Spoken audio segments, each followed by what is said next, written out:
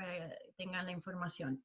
Miren, yo tengo la pauta lista, así que yo ahora cuando le subo este material de hoy, o sea, el video, las láminas, etcétera, le subo también la tarea, perdón, la pauta.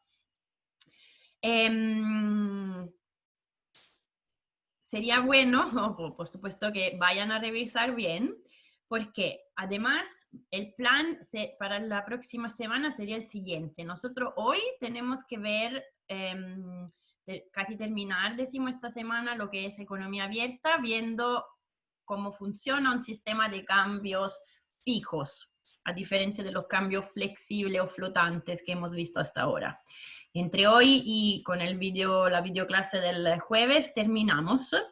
Yo dejaría el próximo martes para tener una sesión en Zoom, pero yo no hablo en el sentido, o sea, hablo, pero solo si hay preguntas, dudas, podemos revisar, hacer algún ejercicio juntos, etc.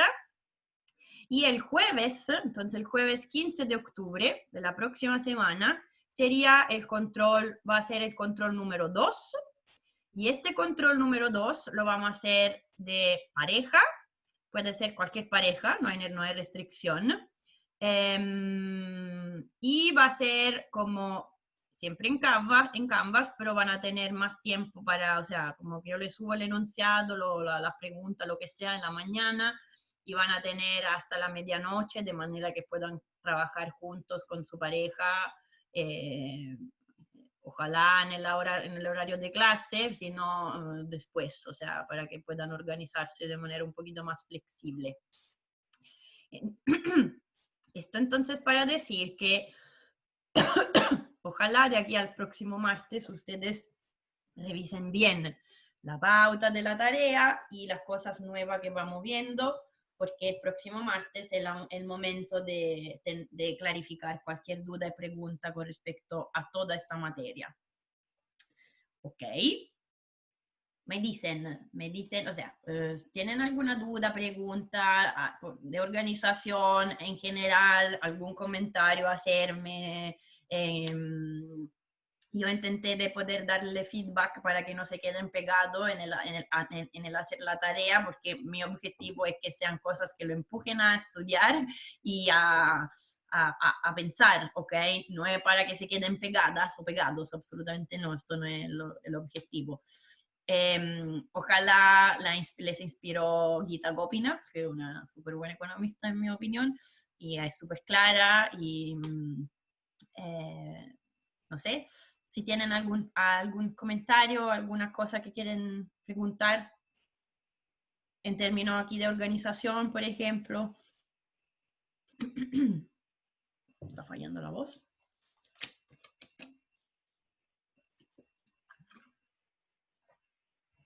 Silencio, no sé si hay silencio, me escuchan, ¿verdad? ¿Escuchan y ven? Sí, ok. Ya, entonces queda todo crystal clear, o por lo menos... ya, yes, se me había olvidado. Se me había olvidado de proponerle, que le había propuesto yo el ok, entonces hay en términos de gente que tuvo en el control número 1 una nota roja, serán unos 10, 12, máximo 15, no me acuerdo, personas. Entonces, mi propuesta es que para el control recuperativo, una posibilidad es que en el horario de clase del jueves, siempre sobre toda la materia que entró en la tarea, entonces sin ponerle contenido nuevo, y yo le haga un control recuperativo opcional de la misma modalidad del control número 1.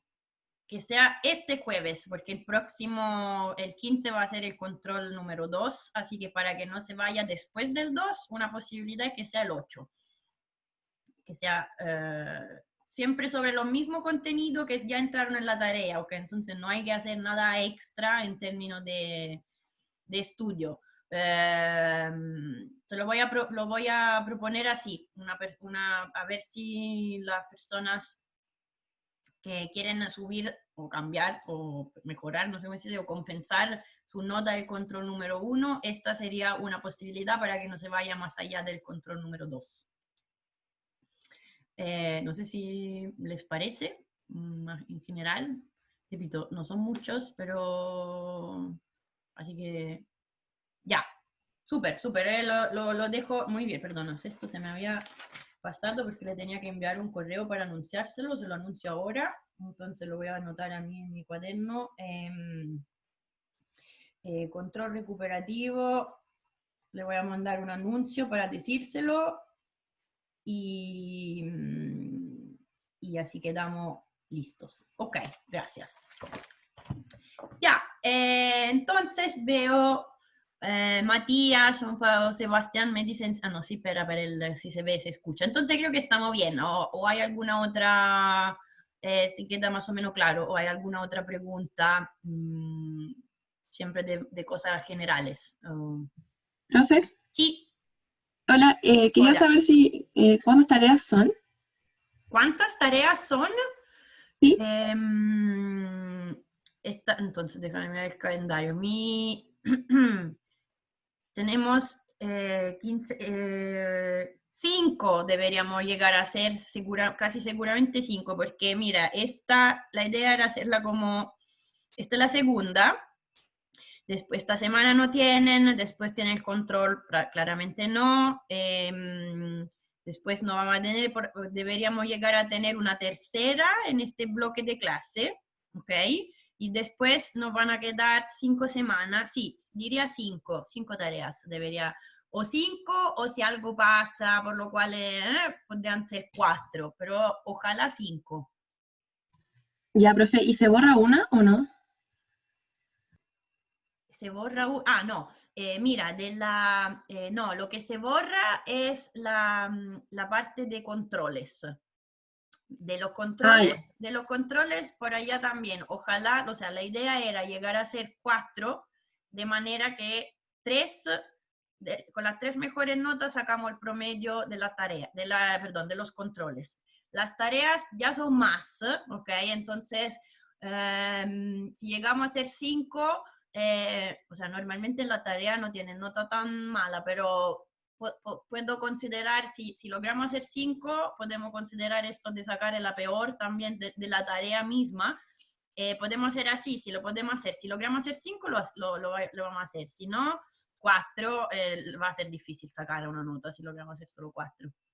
Y Ya, después, profe, gracias. súper, ok, si era una buena cosa.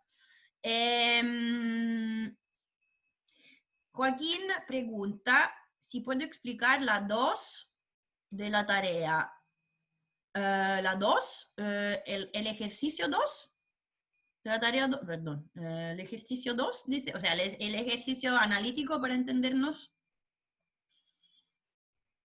Sí, lo que debería, o sea, puedo explicar la lógica, pero no te voy a escribir, tengo la pauta, le voy a subir la pauta para no quedarme ahora a escribir mucho coeficiente, pero, espera, la tengo aquí abierta, porque si no me voy a demorar en a escribir la parte analítica, ¿ok? Entonces,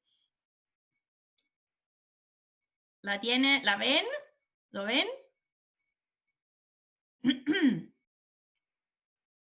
Le estoy mostrando el file PDF que tengo, que le voy a subir en un ratito más, que ya, perfecto, que le falta un ratito para un toque para terminarlo, ¿ok? Entonces, ¿cuál era el ejercicio?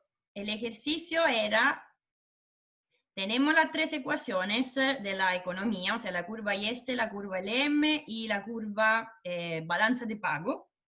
Estamos en una situación de movilidad imperfecta y además yo le dije que la tasa de cambio esperada es siempre igual a la tasa de cambio efectiva, por lo cual en realidad E esperado es siempre igual a E, que hace 1, 1 menos 1, 0. Esta parte de la ecuación se simplifica siempre. ¿Ok? Tenemos entonces el típico equilibrio. Y lo que les pedía era demostrar gráficamente, pero también analíticamente, lo que pasa,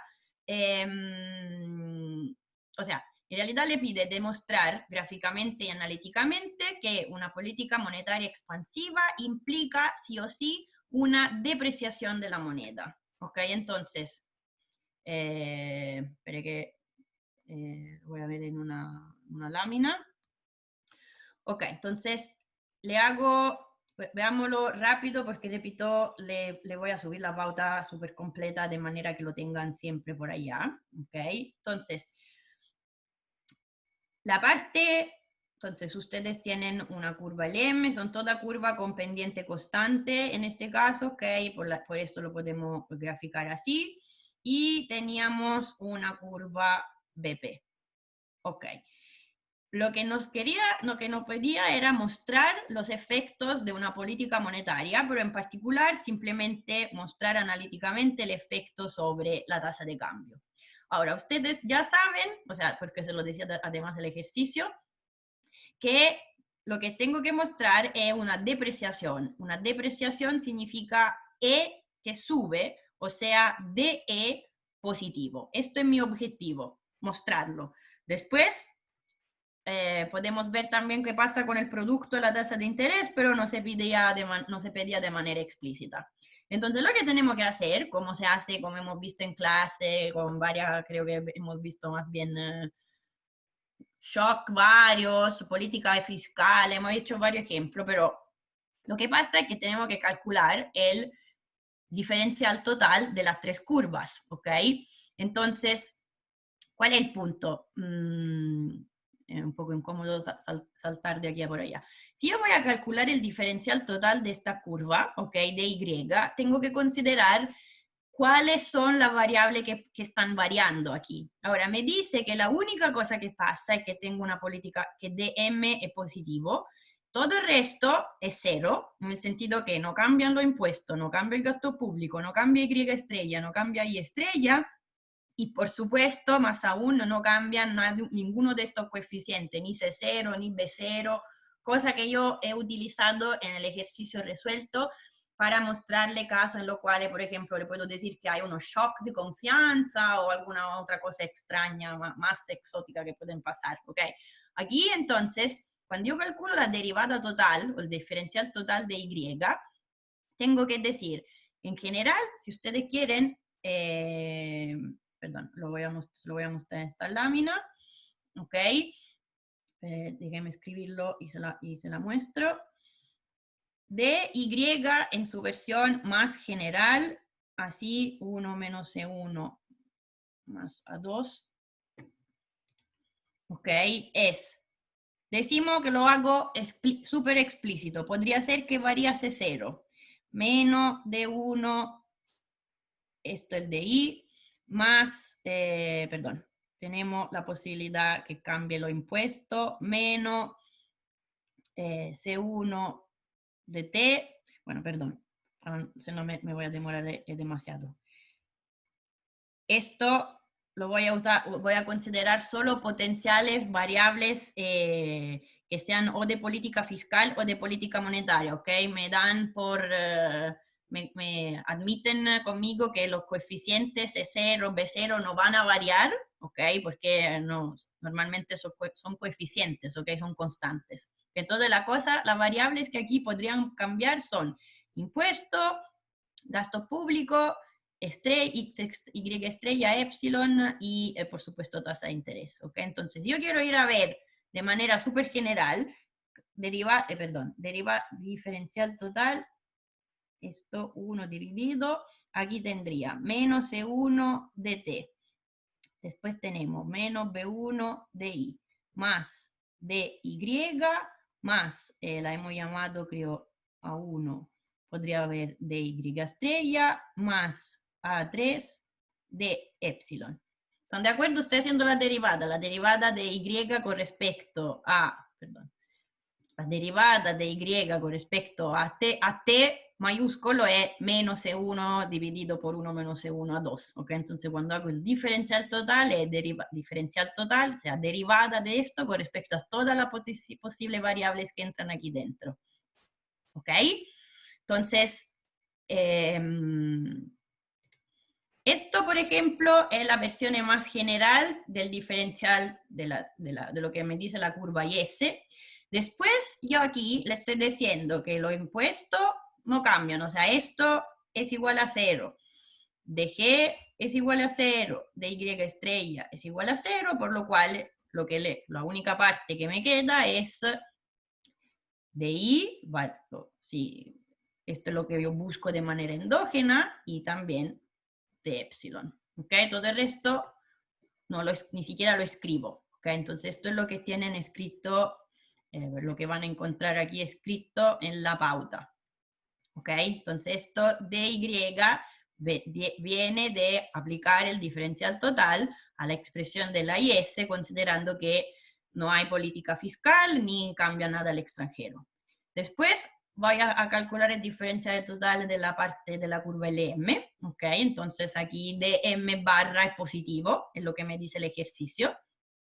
Y aquí me quedaba, la forma era funcional, era delta 1 de Y más menos delta 2 de I, y después uso la curva BP, donde, una vez más, acuérdense que no hay otra variación de la variable extranjera, ¿ok? Entonces, también, si lo tuviera que escribir de manera explícita todo, diría, o sea, acordémonos que I es igual a I estrella más E esperado dividido E menos 1, más, según nuestra forma funcional, lo hemos llamado así, que es lo que tienen en el ejercicio, menos a 1K Y estrella y menos a 3K epsilon. Si yo debo considerar el DI total, debería ser DI estrella más, o en este caso yo ya sé que E esperado es siempre igual a E, por lo cual esto en realidad ni siquiera, esto se simplifica siempre. ¿Ok? No me complico con esto. Después tengo el DY. Después, si quiero escribir todo, puedo escribir esto. Menos a 3K de epsilon. Pero yo sé que no hay cambio en la tasa de interés extranjero ni en la renta, por lo cual me queda solo de I en función de DY y de epsilon, que es la cosa que tiene escrita aquí. ¿Se entiende? Esta parte, ¿se entiende? No sé si el problema venía de escribir esto o de simplificar después, porque la única parte de lógica, entre comillas, económica, es saber escribir esto. Además, ¿cómo se dice? Más allá de esto, estoy de acuerdo, no es muy, sí, un poco aburrido, pero es álgebra, no es nada más que esto. ¿Quién preguntó? Joaquín y Sebastián. ¿Me dicen por fin si se entiende? O sea, me cuesta, o sea, no estoy segura yo de dónde salía el problema. Ya. Joaquín, mejor, ok. Entonces, esto es plantear el problema y reconocer que la única cosa, perdón, ahora también hay todavía un poco de lógica antes de llegar a la parte de álgebra, ok, pero la lógica ¿cuál es? Yo quiero llegar a expresar d epsilon, o sea, el ejercicio me pide, muestre que d epsilon es positivo. Para llegar a mostrar esto, yo tengo que ir despejando y obtener d epsilon en función solo de dm, de la variación de la variación de política monetaria, y de todos estos coeficientes, C1, A1, B1, B2, delta 1, etcétera, etcétera. ¿Ok? Entonces, cada uno toma su ruta, yo aquí le estoy dando una propuesta, posible que hayan muchas otras, hay que empezar a despejar, ¿ok? Entonces, por ejemplo, dentro de Y entra de I y de epsilon, entonces yo aquí le estoy explicitando de epsilon y se lo voy a sustituir aquí dentro, ¿ok? Entonces esta es la parte del rojo que estoy haciendo, de epsilon. Después de esto, le hago todos los steps, me voy arreglando los coeficientes para que sea más fácil sea más ordenado, ¿ok? Y como ven, logré escribir DY en funciones solo de DI. Y después esto me lo voy a sustituir de nuevo aquí dentro, ¿ok? Entonces en el DM, en la parte de la curva LM, uso lo que encontré del DY, ¿ok? Y como ven aquí al final logro ver que DI, esto por ejemplo, esta parte aquí abajo, el DI igual menos DM que multiplica, ya me muestra que sí o sí la tasa de interés baja, porque DI es igual a algo negativo, menos DM, que es positivo, que multiplica algo que es positivo. ¿Y por qué ustedes me dicen, no, no estoy seguro? Sí que estoy seguro, porque 1 menos C1 es positivo. ¿Por qué? Porque se lo dije yo. No, porque C1 es la propensión marginal al consumo, y se lo decía aquí, que C1 es siempre más chico que la unidad, ¿ok? Entonces esto estoy segura que es positivo. Con el menos enfrente, yo ya de aquí veo que DI es negativo, pero el ejercicio no le pedía esto, le pedía solo delta epsilon, de epsilon, perdón. Lo que estoy haciendo entonces es ir a sustituir de epsilon, como ven, depende de dy, pero dy ya lo tengo explicitado en términos de di, y ya sé dy a que igual. Como ven, voy sustituyendo. Estos steps así son puro orden, por lo cual al final tengo, por cuanto parece escrito como para las hormigas, menos algo positivo que multiplica menos de nuevo, entonces menos por menos más. Todo esto es positivo porque 1 menos C1 es positivo, delta M positivo. Esto me demuestra que D epsilon es positivo, o sea que la moneda se depreció. ¿Se entiende? En todo caso, me falta ponerle el gráfico aquí, por eso no le subió, se me olvidó. Le voy a poner también el gráfico para que vean que esto lo podemos, o sea, esto es lo que hemos visto cualitativamente varias veces.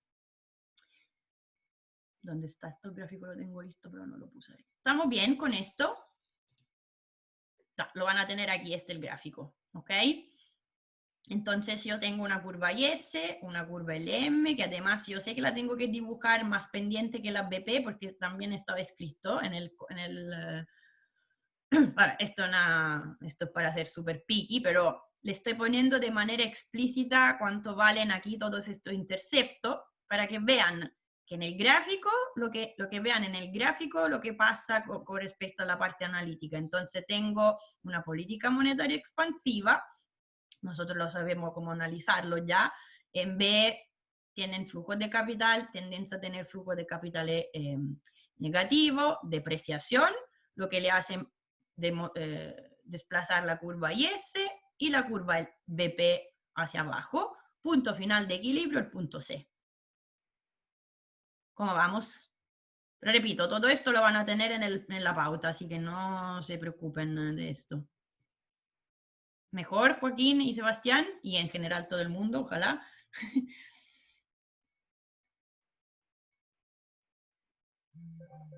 Un 2. No entiendo. ¿Qué significa un 2?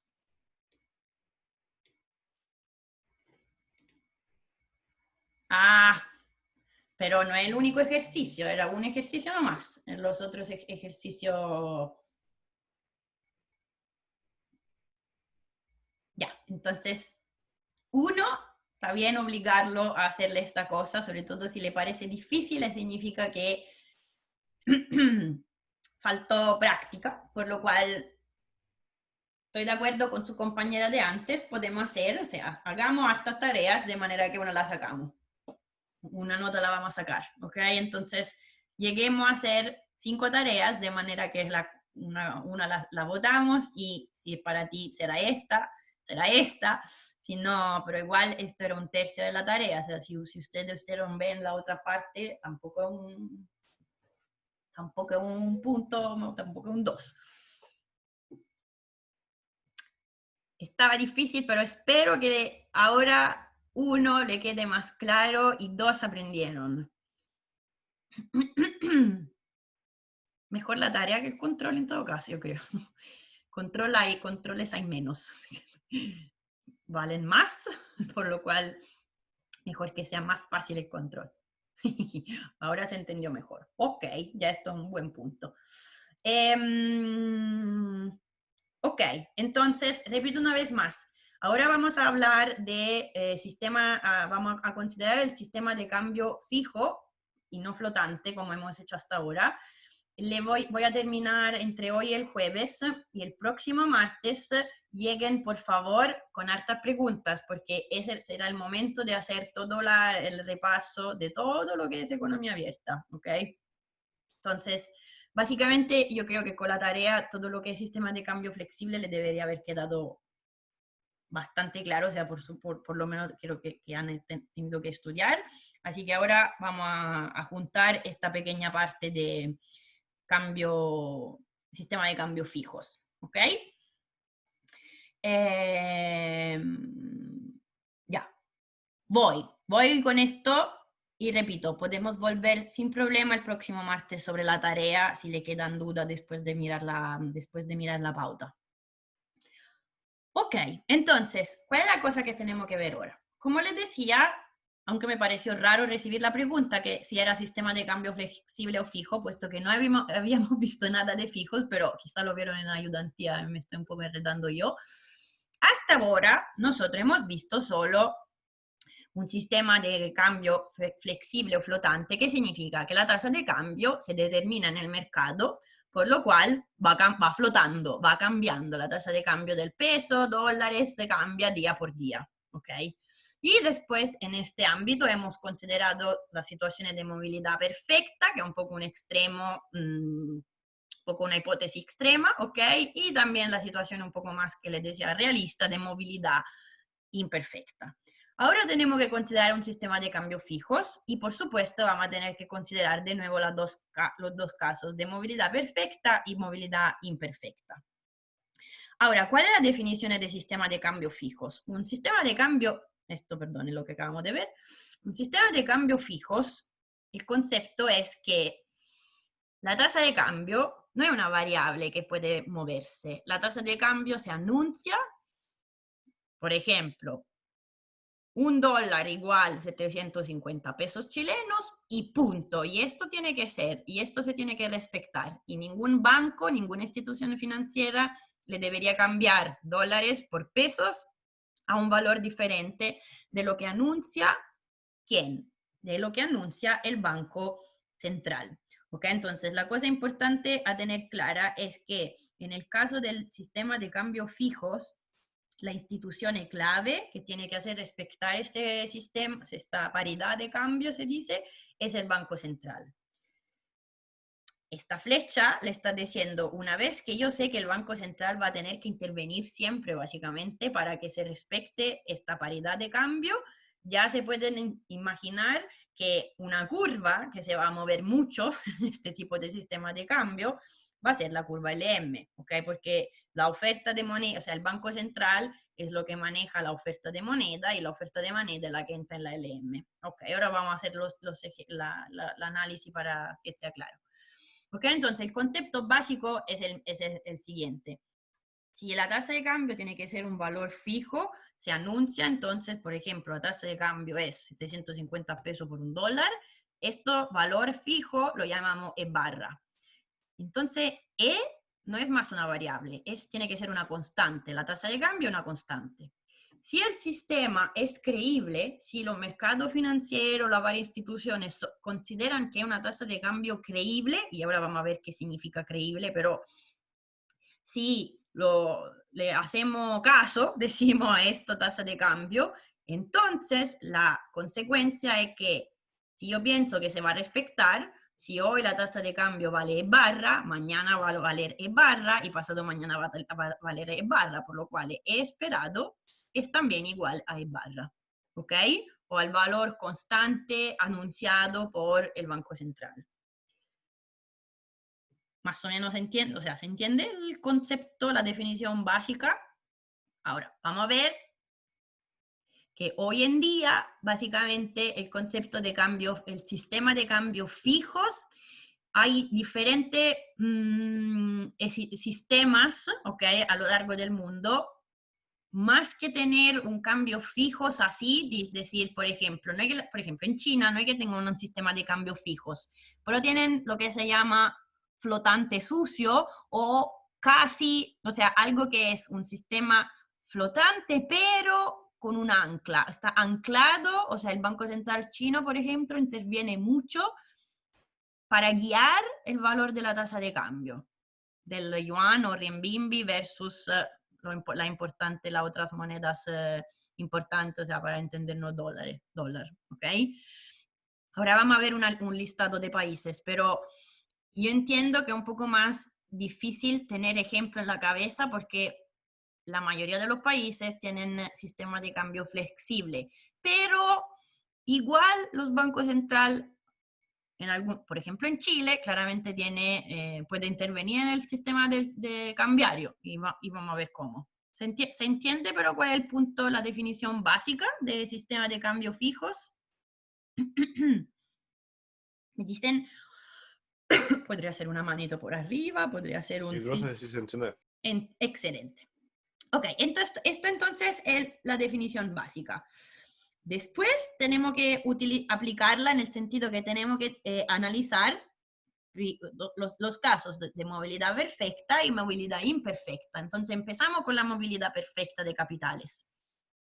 La UIP, si estamos con una situación de sistema de cambio fijo y movilidad perfecta, tendría la condición de arbitraje, me dice la condición de paridad descubierta de tasa de intereses, me dice I tiene que ser igual a I estrella, o sea, la tasa de interés al extranjero, más la tasa de depreciación esperada. Pero si estoy en cambios fijos, es como que hacemos la hipótesis E esperado igual siempre E, ¿ok? Solo que aquí además no solamente E esperado igual a E, todos los dos, ambos son igual a un cierto valor E barra. Por lo cual, en este caso me quedo con la UIP que me dice I igual I estrella. ¿Sí? Esto es el primer caso, o sea, sistema de cambios fijos que me dice E igual E barra y entonces E esperado también es igual a E barra. Esta es la definición básica de cambios fijos. Y ojo que es el Banco Central el actor. Y además, en el caso de movilidad perfecta, esto me reviene a decir que tengo una UIP horizontal que me dice I igual a I estrella. ¿Ok? Esto es el caso. Hagamos al tiro un ejemplo de análisis para ver si estamos de acuerdo. En este gráfico le tengo dibujado entonces una situación en la cual tengo movilidad perfecta de capitales y igual I estrella y la UIP. Tengo la curva LM, tengo la curva IS. Y lo que quiero analizar, y estoy con sistema de cambio fijo, por lo cual E es igual a E barra, y si quieren, adjuntamos lo que decíamos antes, y esto también es igual a E esperado. ¿Okay? Esto es la definición de esta que está aquí, decimos las definiciones de cambio fijos. ¿Ok? Esto, estoy con este igual. Ok. Analicemos entonces una política fiscal expansiva. Lo que hago siempre, no sé, me gustará la política fiscal expansiva, o sea, un delta G positivo. Sabemos todos y todas y todos que una política fiscal expansiva le hace desplazar la curva IS, ¿ok? Por lo cual paso, la IS se desplaza a la derecha, tengo la curva IS primera. Ok. Ahora, el punto clave que tenemos que analizar empieza acá. O sea, ¿por qué le hice esto con estas barras de color azul? Para acordarles que en el punto B, yo estaría en una situación, no estoy arriba de la UIP, ¿verdad? Estaría en una situación de desequilibrio. ¿Ok? ¿Qué tipo de desequilibrio tendría yo en el punto B? En términos de flujos de capitales, ¿se entiende?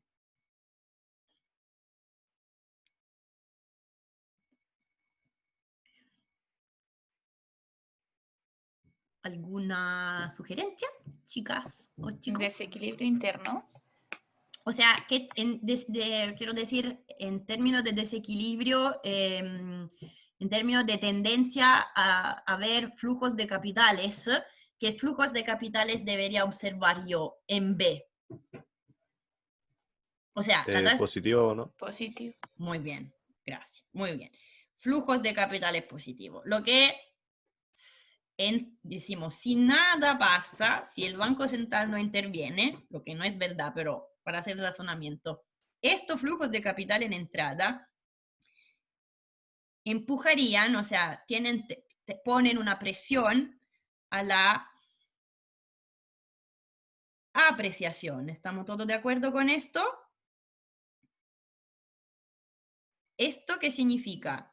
Significa que están llegando, la inversionista tendrían, y financiero, tendrían interés a venir sí, estaban en la chat, Paulo, perdón, no lo leí.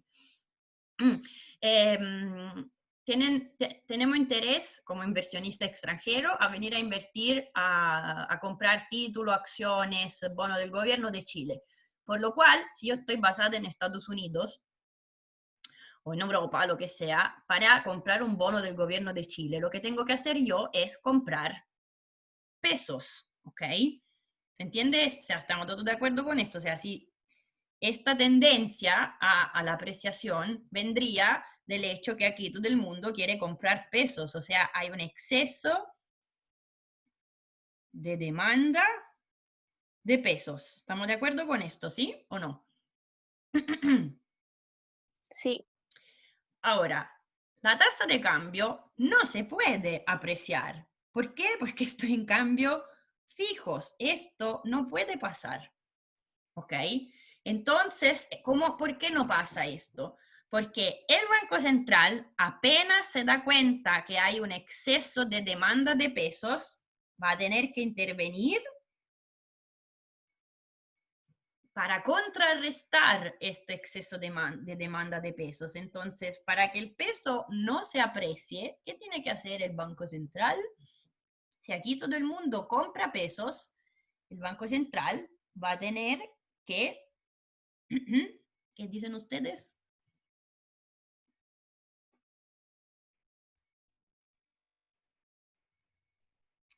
Si aquí todo el mundo compra pesos, quiere comprar pesos, el Banco Central entra en el mercado, entra en juego en el mercado cambiario y ¿qué hace según ustedes? ¿Compra peso él también o va para contrarrestar? ¿Qué tiene que hacer? Vende. Vende. Interviene entonces vendiendo pesos. Perdón, primero la...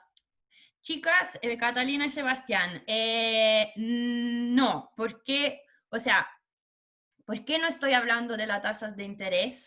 El resultado final va a ser la tasa de interés, o sea, el resultado final va a ser que la tasa de interés puede cambiar. Ahora vamos a ver si cambia o no cambia. Pero aquí el Banco Central, ojo, que no está haciendo política monetaria, cambiando, subiendo o bajando la tasa de interés, que en todo caso no puede cambiar mucho porque I es igual a I estrella, ¿ok? Pero aquí estamos hablando de mercado cambiario, ¿ok? Entonces, lo que tiene que hacer el Banco Central es intervenir para eliminar esta tensión a la apreciación que viene del hecho que hay un exceso de demanda de pesos. O sea, si todo el mundo quiere comprar peso, el Banco Central dice, ok, te lo vendo yo los pesos, cálmense, y yo se lo vendo, ¿ok?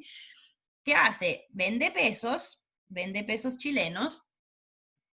¿Vende a quién? O sea, vende pesos a cambio de qué? Vende pesos y compra. ¿Por qué le digo simplemente siempre dólares? En realidad, compra las divisas extranjeras que usa, que entran en su reserva internacionales, ¿ok? Entonces, le pongo aquí, vende peso y compra dólares. ¿Por qué? Porque si se acuerdan, entonces aquí abajo tienen ¿cómo se dice? Una versión simplificada del balance, perdón, del Banco Central, activo y pasivo. ¿Quién entra en el activo? Bonos, títulos varios, sobre todo títulos de deuda del gobierno, que hay bonos del gobierno, pero también bonos de los bancos comerciales, por ejemplo. Y muy importante, reservas internacionales. O sea, el Banco Central tiene dólares, básicamente dólares, y también una pequeña parte de euro. Las otras monedas son básicamente irrelevantes, ¿ok? ¿Por qué? Porque ahora ustedes saben desde la lectura y los videos que el dólar es la moneda dominante, no solamente en el mercado, no solamente para el comercio internacional, sino que también en el sistema financiero. Por lo cual, los bancos centrales, ¿qué moneda usan como reserva internacional? El dólar, ¿ok? Ojalá lleguemos nosotros, pequeño europeo, a tener un poquito de euro, pero mucho, mucho, mucho menor. ¿Ok? Entonces, el Banco Central, para volver a nosotros, interviene en el mercado cambiario vendiendo peso y comprando divisa extranjera, decimos básicamente dólares. Esto significa que la reserva, el ítem reserva internacional que entra en el activo del Banco Central sube. Voy a tener más reservas. Ahora, tengo más reservas porque en realidad estoy vendiendo peso, o sea, hay más peso en circulación. Entonces, además, el balance me dice que si hay algo en el activo que sube, tengo que tener algo al pasivo que sube también, porque si no, me quedo el balance no funciona, no es balanceado, ¿ok? Entonces, al subir de las reservas internacionales, sube en realidad lo que es la base monetaria, H, y entonces la oferta monetaria, M barra, ¿ok? El Banco Central maneja H, no M barra, ¿se acuerdan la diferencia? Aquí entra el multiplicador monetario, bla, bla. Entonces, para devolvernos, el Banco Central tiene que intervenir para contrarrestar un exceso de demanda de pesos. Si todo el mundo quiere comprar, el Banco Central llega y vende pesos y compra dólares. Esto significa que sus reservas internacionales suben, lo que significa que su oferta de moneda final sube. Y al subir de la oferta de moneda, ¿dónde se va la LM? Según ustedes, ¿cómo se mueve? A la derecha. Muy bien, ¿hasta dónde? ¿Hasta dónde la tengo que desplazar? Hasta la IS, si no me equivoco. O sea, a ese punto en el triangulito de la derecha. Aquí.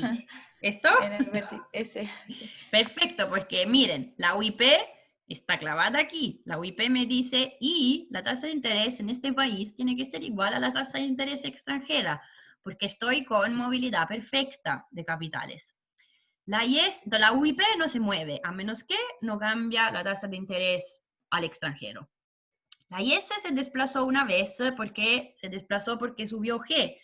Una vez que se desplaza, no cambia nada más. Yo aquí le tengo aquí arriba escrita la curva IS en su versión más general: consumo, inversión, gasto público, exportaciones netas. Si no hay cambio en la política, o sea, subió G, por lo cual la IS se desplaza. Si después no cambia más ni G ni T y no hay shock a la renta extranjera, ojo que Epsilon aquí no cambia, es fijo por definición, por lo cual la IS se movió una vez y no se mueve más. Entonces, el único punto de equilibrio posible es el cruce entre la UIP y la nueva IS, por lo cual el Banco Central tiene que subir la oferta de moneda hasta llegar al punto C. ¿Se entendió? ¿Y cómo hace esta subida de la oferta de moneda? El mecanismo clave es este. O sea, hay que ver qué tipo de tensiones hay. Hay una tendencia hay un exceso, de oferta, aquí habría un exceso de demanda de pesos, por lo cual el Banco Central tiene que intervenir contrarrestando esta exceso de demanda. Entonces tiene que intervenir aquí vendiendo peso. Y además, el otro punto importante es que es una intervención en el mercado cambiario, por lo cual yo vendo peso, significa que tengo que comprar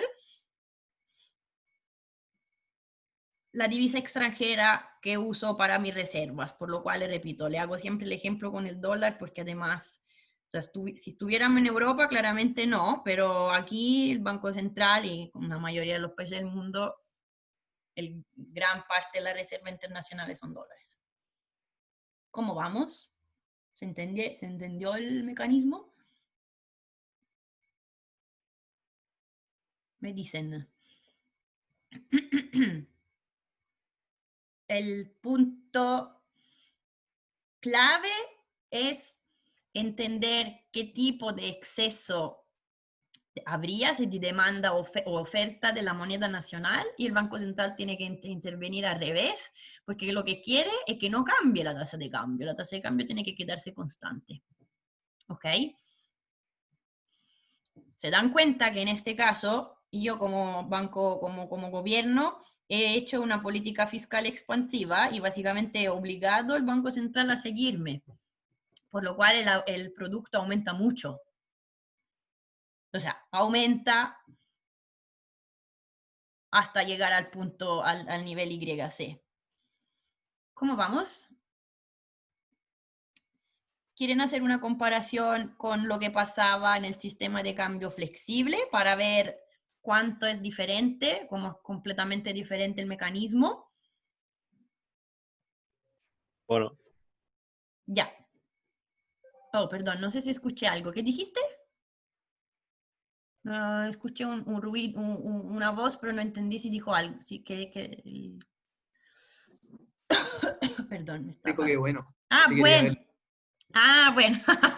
Ok, vamos entonces. Ok, entonces, Démosle. ¿quién dijo bueno? Me podría ayudar aquí a hacer un repaso. ¿Qué tiene aquí este gráfico dibujado? Una situación de cambio flexible, ¿ok? Y además la hipótesis que E esperado es igual a E. ¿Quién dijo bueno?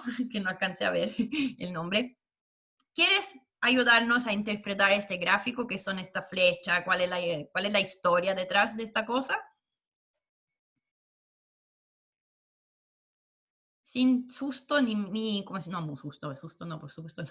Sin timidez ¿cómo se dice? Susto de equivocarse. Ojalá hablen aquí para equivocarse y corregir su razonamiento, ¿ok? Entonces, ¿cómo leo esta cuestión aquí dibujada?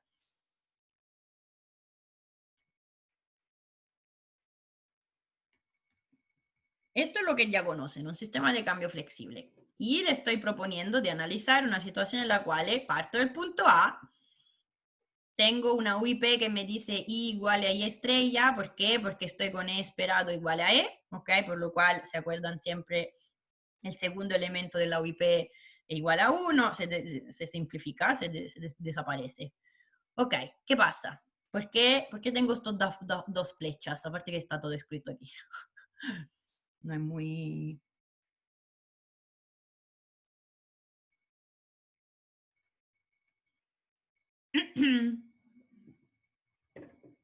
Tengo que hacer todo yo, se me está yendo la voz. Ayuda, por favor.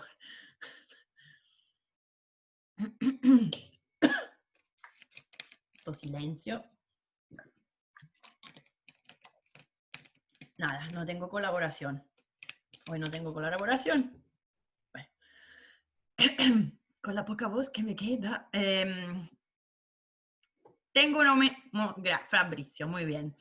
Tengo un aumento del gasto público, primero, lo que me hace desplazar la curva de la IS a la IS primera. Perfecto, esta primera flecha es porque G subió. ¿Qué pasa en B? ¿Qué situación tengo en B? Estoy arriba de la curva BP, ¿verdad? Estoy en esta parte del semiplano, en el punto B, por lo cual tengo tendencia a observar flujos de capitales muy bien. Matías, flujos de capitales en entrada. Que todos los inversionistas que hacen aquí quieren comprar pesos, compran pesos para invertir en el mercado financiero chileno. Y aquí sí que pasa. Lo que pasa es que la tasa de cambio se aprecia, ¿verdad? Porque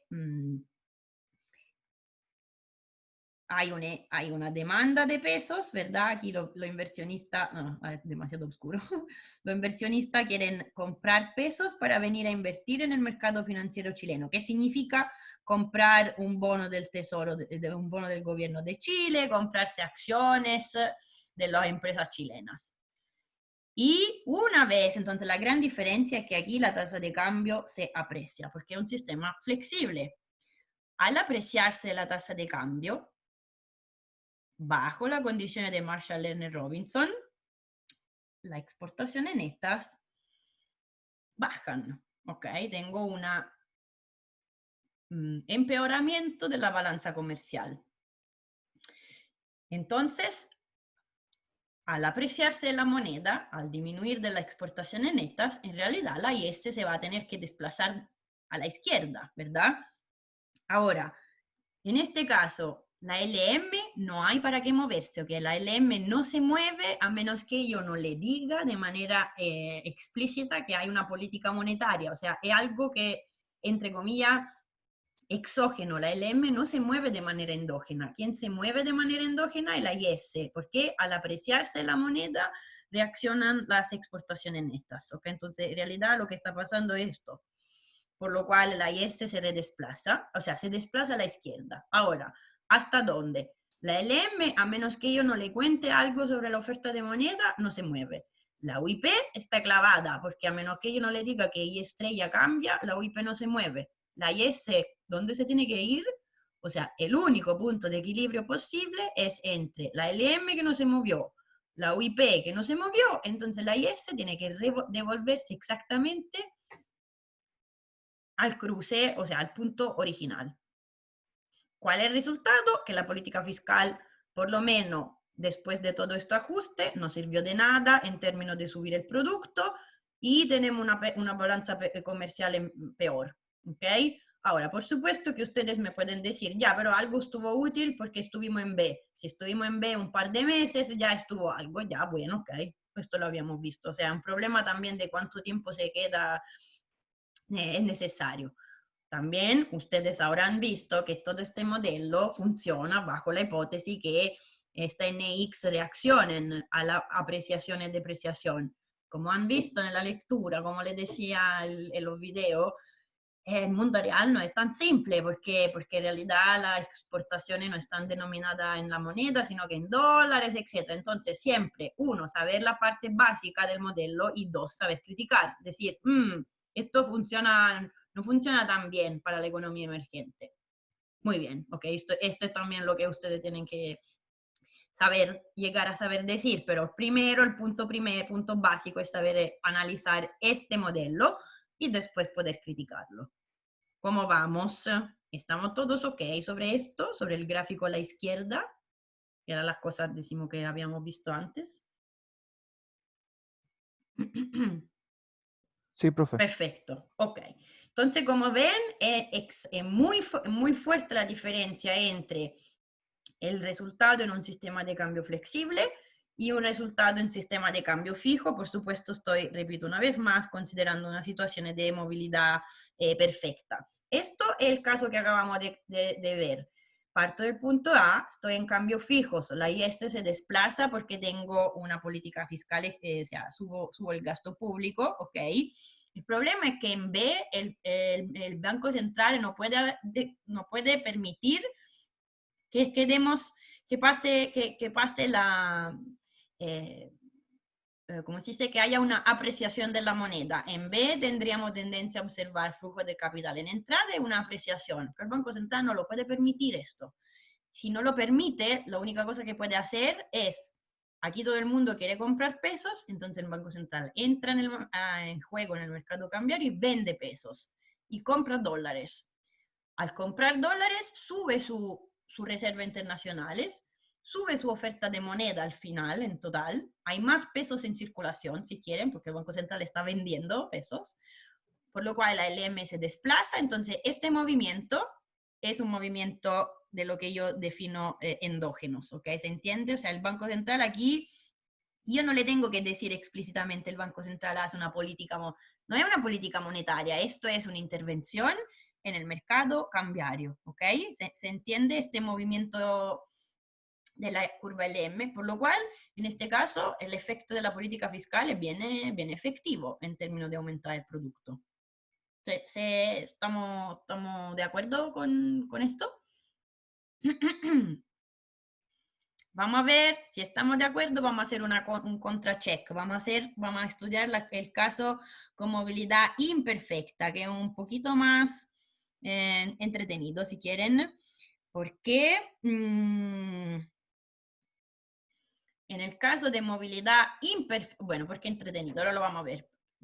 Solo para que quedemos todos de acuerdo, movilidad imperfecta significa estoy considerando un caso en el cual los capitales se pueden mover, pero hay restricciones, etcétera, por lo cual, en general, ¿se acuerdan? La curva BP la represento, o sea, lo que me dice la curva BP es lo que me dice la balanza de pago, o sea, cuenta corriente, que para nosotros es balanza comercial, NX, más cuenta financiera de capitales, o sea, para nosotros flujos de capitales, tiene que estar en balanza, o sea, igual a 0.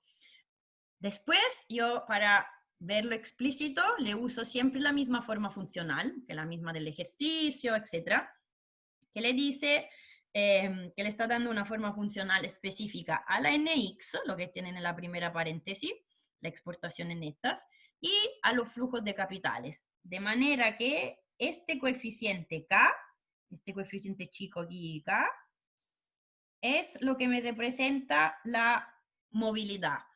Si K tiende a infinito, estoy con muy alto, un valor muy alto tiende a infinito, tengo movilidad perfecta. Si K tiende a cero, tengo movilidad cero. Cuando mayor es K, mayor es el nivel de movilidad. ¿Se acuerdan? Esto es una manera simple para representar la movilidad a través simplemente de este coeficiente K. Ok. Esta curva BP la represento, la escribo despejando, okay, poniendo en evidencia la tasa de interés. Entonces la curva BP me dice I es igual a I estrella más depreciación esperada, y después aquí tengo la parte que viene de la exportación en netas. Ahora, ojo, en cambios fijos E es una constante. Si creemos al Banco Central, la E esperado también es una constante, por lo cual esta parte, este elemento se simplifica, E esperado dividido por E es siempre igual a 1. Me queda I igual I estrella más la parte que depende, esta es la pendiente, ¿verdad? A2 dividido por K, que depende el coeficiente que multiplica Y, y después aquí tenemos la renta extranjera y epsilon. Una vez más, la BP, a menos que no pase algo en el sector externo, o sea, a menos que Y estrella no cambie, a menos que Y estrella no cambie, o sea, si yo no le cuento de manera explícita que pasa algo al extranjero, la BP, como en el caso de movilidad perfecta, no se mueve, porque epsilon es una constante en el sistema de cambios fijos. ¿Ok? Entonces, la única diferencia es que la BP no es plana, sino que tiene una pendiente, ¿ok? Positiva. Ahora, ¿por qué tengo dos BP dibujadas, graficadas aquí? Tengo BP1 y BP2. ¿Cuál es la BP que me representa una situación de movilidad de capitales más altas? Más alta, perdón, sin S. Los chilenos nos dicen la S, yo pongo demasiada S. La 2. Perfecto. ¿Y por qué? ¿Nos puedes explicar? No sé, por la pendiente, supongo. Por la pendiente, muy bien. Pero ¿de dónde lo... Mira, espera, vuelvo por atrás. Mira, si tú tienes aquí la expresión de la curva BP, ¿verdad? Tiene I igual, Y estrella entra en el intercepto, Y estrella multiplicado por, etc. Toda esta parte entra en el intercepto. ¿La pendiente cuál es? La pendiente esta, ¿verdad? Sí. Ok. K, el coeficiente K te representa la movilidad de capitales. Si yo te digo que K mayor es K, ¿cómo cambia la pendiente? Si K tiene un Va valor a más... ser menor la pendiente. Muy bien, ok. Entonces, la respuesta, lo que nos dice aquí, perfecto, lo que dicen Fabrizio, lo que dice Paulo también, la pendiente es más cercana a cero, porque cuando el extremo sería una BP horizontal, totalmente horizontal, ¿ok? Esta es una UIP, básicamente, que es cuando el coeficiente K tiende a infinito, ¿ok? Esta es movilidad perfecta. Después, más es plana la curva BP, más podemos decir es alto el nivel de movilidad de capitales, ¿ok? Entonces aquí tenemos todos los casos de movilidad perfecta hasta más nos movemos con pendiente alta hasta movilidad baja y cero, ¿ok?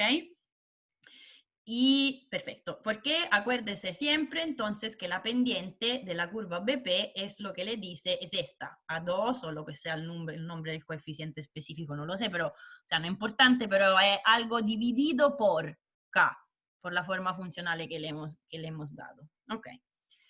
Ya, entonces intentemos de no enredarnos, o sea, esta morada la saco porque si no son muchas, pero... a ver, Si yo parto del punto A, entonces, estoy aquí, ¿verdad? Y le digo que tengo una política fiscal expansiva, por lo cual la IS se desplaza hasta la IS primero. Ok. ¿Qué pasa en el punto B?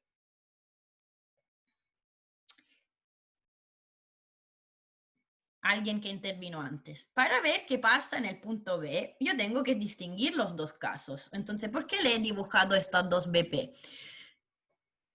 Nosotros sabemos, entonces, más plana es la BP, más alta el nivel de movilidad. Para, ¿cómo se dice? Ponernos de acuerdo, así como para, ¿cómo se dice? Para decirlo de manera rápida, yo voy a definir alta movilidad, una BP, que como ven es más plana de la curva LM. Y voy a definir una situación de la curva BP1 como en movilidad baja, ¿ok? Para no decir siempre BP1, BP2, digo, de aquí en adelante, si yo le hablo de la BP con movilidad baja, me estoy refiriendo a la BP1, que sería una situación, una curva con una pendiente mayor de la LM. Mientras cuando estoy con la BP2, estoy mirando una curva con pendiente menor de la LM. ¿Ok? Entonces, si yo le digo que estoy considerando la curva BP1, ¿ok? Entonces estoy con movilidad baja. Entonces, decimos que me pongo, me gusta esta cuestión de los colores, claramente no habría tenido nunca que salir yo de la escuela, del colegio, cosa primaria, que es muy lindo dibujar. En B, con respecto a la situación curva ISLM BP1, en B, ¿qué tipo de desequilibrio, qué tipo de flujo de capital y exceso de, voy a observar? ¿Un exceso de demanda o de oferta de la moneda nacional?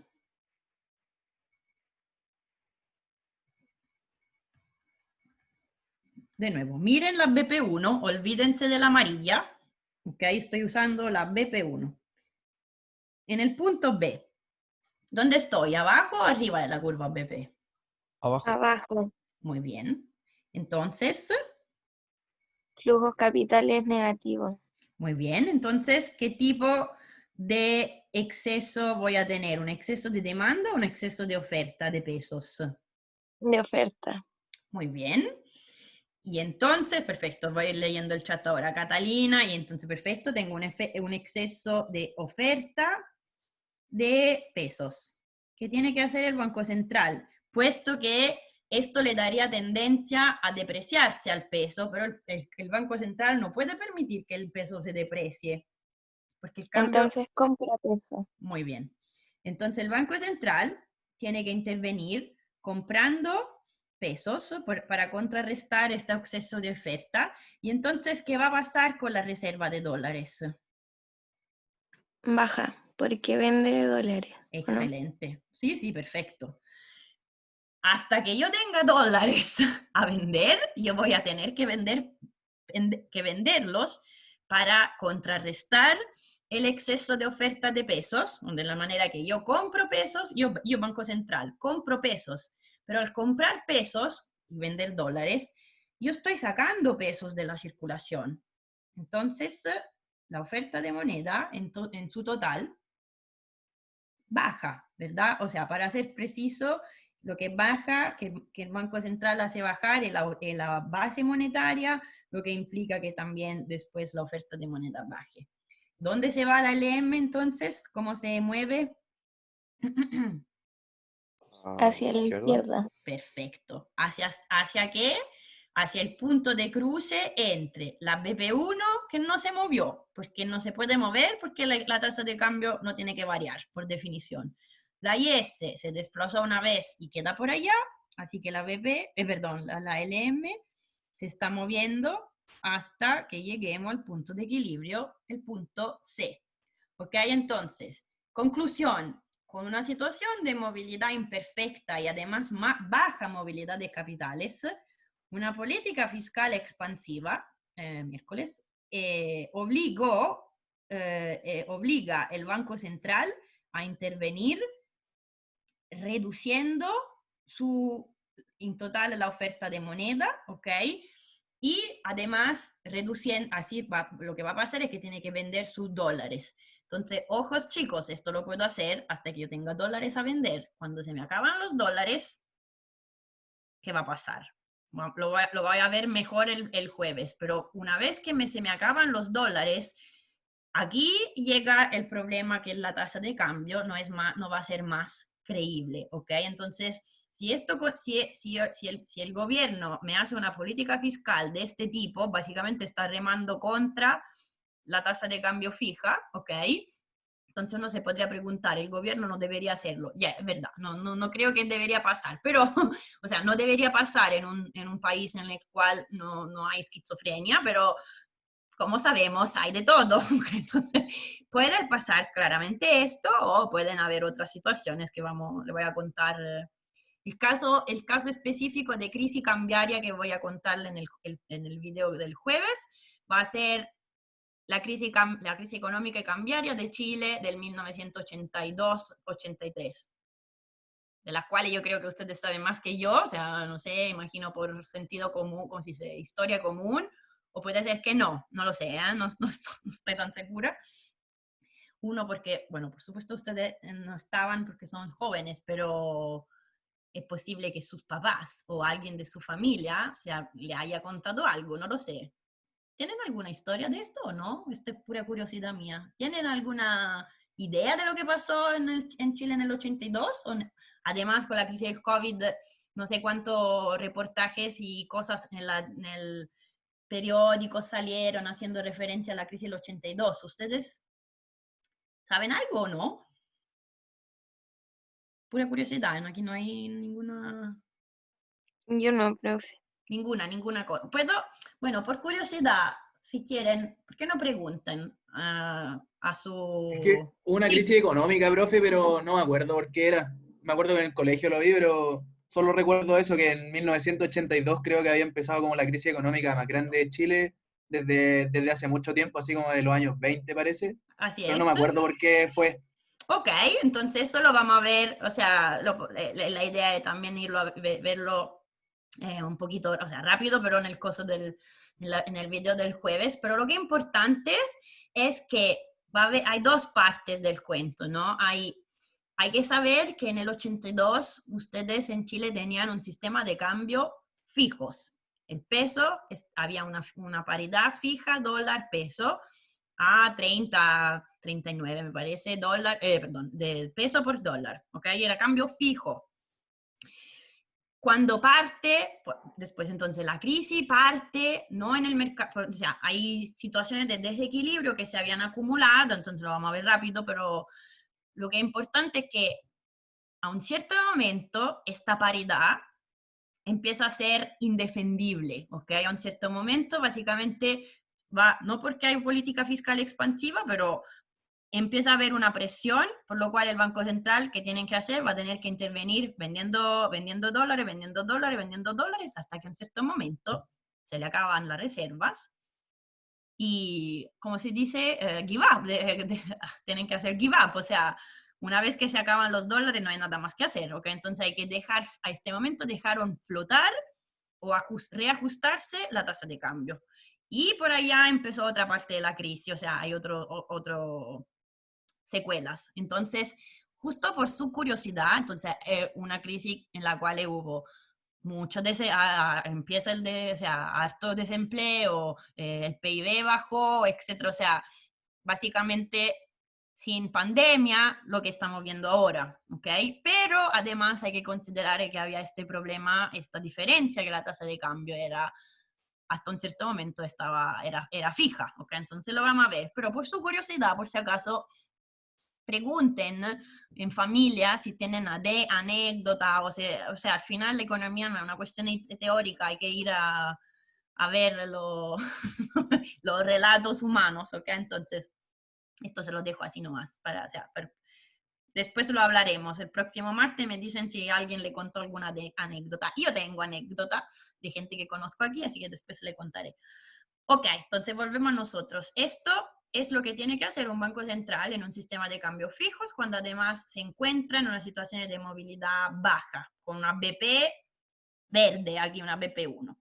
¿Qué pasa si yo estoy en la situación de tener una política fiscal expansiva, pero estoy en cambios fijos, pero movilidad alta? ¿Se dan cuenta que aquí la historia va por otro lado? Porque miren, ¿dónde estoy con respecto a la BP2? Entonces hacemos un rectangulito amarillo. ¿Cuál es la diferencia? Si yo estoy con una situación de movilidad alta, se desplazó la IS en el punto B. Yo estoy arriba o abajo de la curva BP, en términos de desigualdad. Arriba. Perfecto. Entonces, Tendría flujo de capitales positivo. muy bien. Tengo todo al revés, o sea, todo desequilibrio del otro lado. Entonces, en este caso, tengo un exceso de demanda de pesos.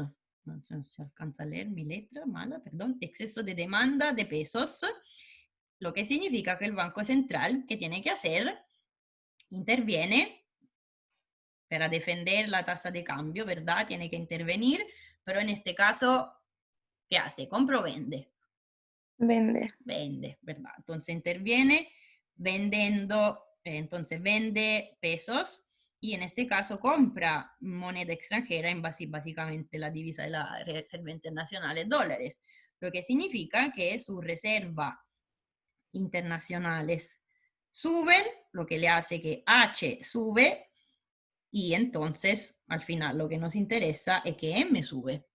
Al subir de la reserva, perdón, no, al subir de la oferta de moneda, la LM se desplaza, pero esta vez, A la derecha. muy bien, voy a llegar al punto de equilibrio, punto D, donde la LM se desplazó a la derecha o hacia abajo. ¿Ok? Entonces esta sería, no sé, la llamamos LM primera y esta es la LM segunda. Este es el caso de la LM segunda es la que corresponde a un caso de BP2, ¿ok? Para entendernos. Entonces, ¿cuál es el resultado? Como ven aquí, yo no es que le pueda, o sea, si yo le pregunto en una situación de cambios fijos, el Banco Central, ¿cómo tiene que intervenir en el caso que el gobierno se ponga a hacer una política fiscal expansiva? La respuesta dependerá de qué tipo de situaciones se encuentra en realidad con los mercados, con la movilidad de capitales. Como ven, no es que hay una sola respuesta. Depende si estoy con movilidad, llamémoslo, alta o baja. ¿Ok? Entonces, sí. Sí, estoy... La curva BP nunca va a tener la misma pendiente que la LM. No, diría que sería un caso muy excepcionales en la cual el LM y la BP son totalmente sobrepuestas, entonces no, decimos que no vamos a llegar a una situación tan extrema, porque de verdad significaría como muy poco probable, esto quiero decirte, perdón, pero sí, podría ser, ¿eh? ¿Por qué no? Pero muy poco probable. Entonces no lo vamos a analizar, creo, ningún momento. Ya, profe. Se está pensando que caso extremo loco se puede inventar. No, no llego a esto. Estoy pensando en la prueba. Lo sé, ya entendí. ¿A qué caso exótico se le pueden ocurrir a esta? Pero no voy a llegar a tanto. Ok, entonces, resumen, y aquí cierro, ¿eh? Esto es para, o sea, una vez más, esto es para decirle que hay que entender cómo tiene que intervenir el Banco Central. El mecanismo clave es esto, ver si hay un exceso de demanda o un exceso de oferta de moneda nacional y entonces cómo interviene el Banco Central. Ahora, déjenme ver con ustedes una última chiquitita cosita y las dejo. Voy a mostrarle en el video del jueves que en realidad hay diferentes definiciones del sistema de tasa de cambio, ¿verdad? Pueden ser flexibles, pero no totalmente. O sea, por ejemplo, miércoles.